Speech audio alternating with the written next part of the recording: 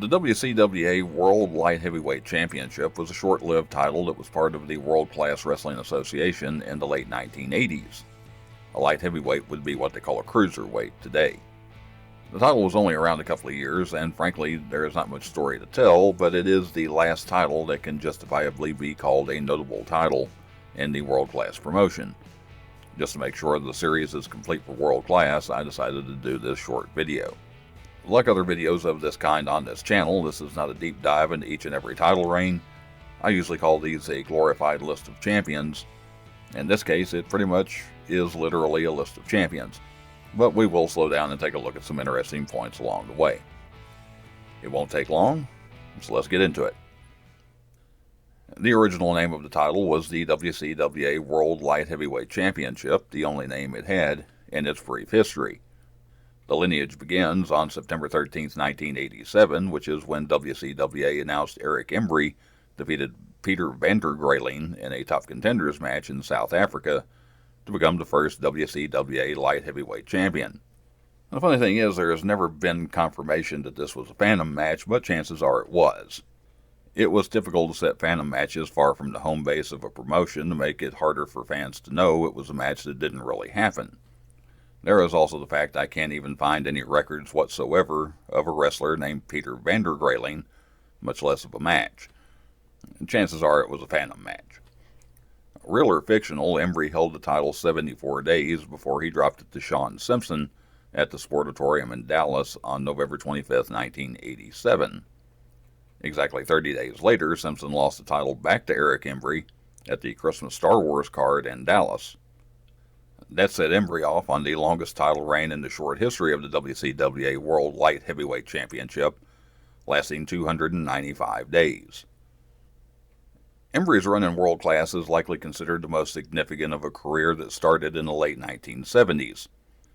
Embry's first real push came in the Mid-America territory as Don Fulton, the kayfabe brother of Bobby Fulton, where they teamed with Dennis Condrey to battle for that territory's World Six-Man Tag Team Championship. Eventually, he landed in Portland, back under his real name, where he started finding himself on the winning side of the ring more often than not, and even wrestled Buddy Rose for the Pacific Northwest Heavyweight Championship on 2 occasions in September 1980. In 1981, Eric traveled to Mexico and spent most of the year in the Universal Wrestling Association, winning his first title when he defeated El Solitario for the UWA World Junior Light Heavyweight Championship on March 22, 1981. Returning to the U.S., Embry had a year-long run in Florida where he feuded with James J. Dillon and had a short run as the Florida Television Champion. In January 1983, Embry made his way to Southwest Championship Wrestling in Texas, where he became the inaugural USA Junior Heavyweight Champion by defeating Mondo Guerrero in a tournament final. Turning heel, Embry became one of the Fabulous Blondes with Ken Timms, taking the SWCW Southwest Tag Championship, and feuded with former kayfabe brother Bobby Fulton. Arguably his most successful run before World Class was a stint in Puerto Rico in 1986, where he had a great feud over the WWC Junior Heavyweight Championship with Invader No. 3, and even had 2 short runs with the WWC Puerto Rico Heavyweight Championship. In World Class, Embry was in the right place at the right time, taking over booking duties when Jerry Jarrett bought WCWA in 1988. After feuding with Jason Sterling and Jeff Jarrett, Embry turned babyface and feuded with Skandar Akbar and, in storyline, fought for the promotion itself. Embry saw World Class through to the official merger with the CWA to create the USWA. Embry's career came to an abrupt end in 1994 when injuries suffered in a car accident forced him into retirement. Embry's record-setting run with the Light Heavyweight Championship came to an end at the 5th and final Cotton Bowl Extravaganza on October 15, 1988, when Jeff Jarrett took the title.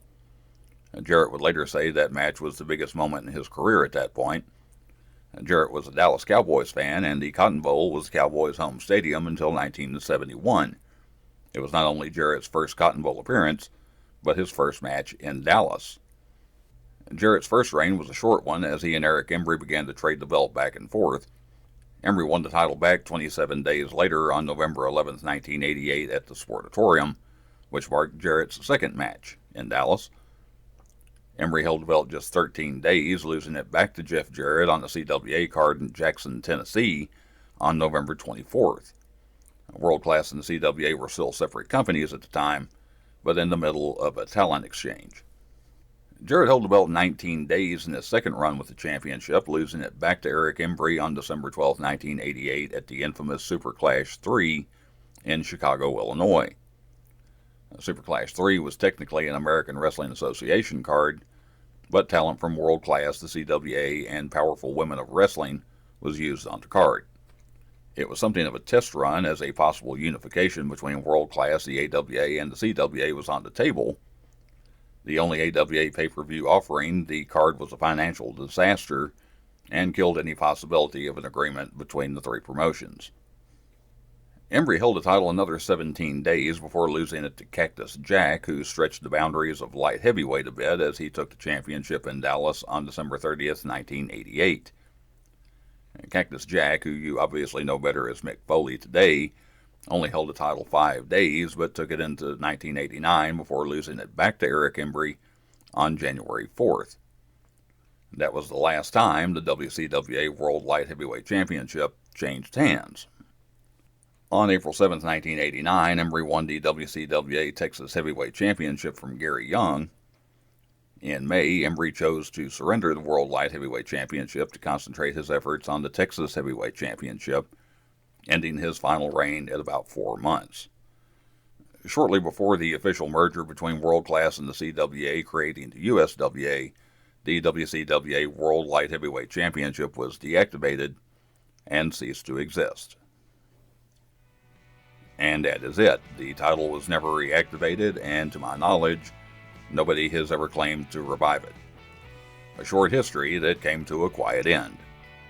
Eric Embry held the title 5 times, far more than anyone else, and had the longest single reign at 295 days.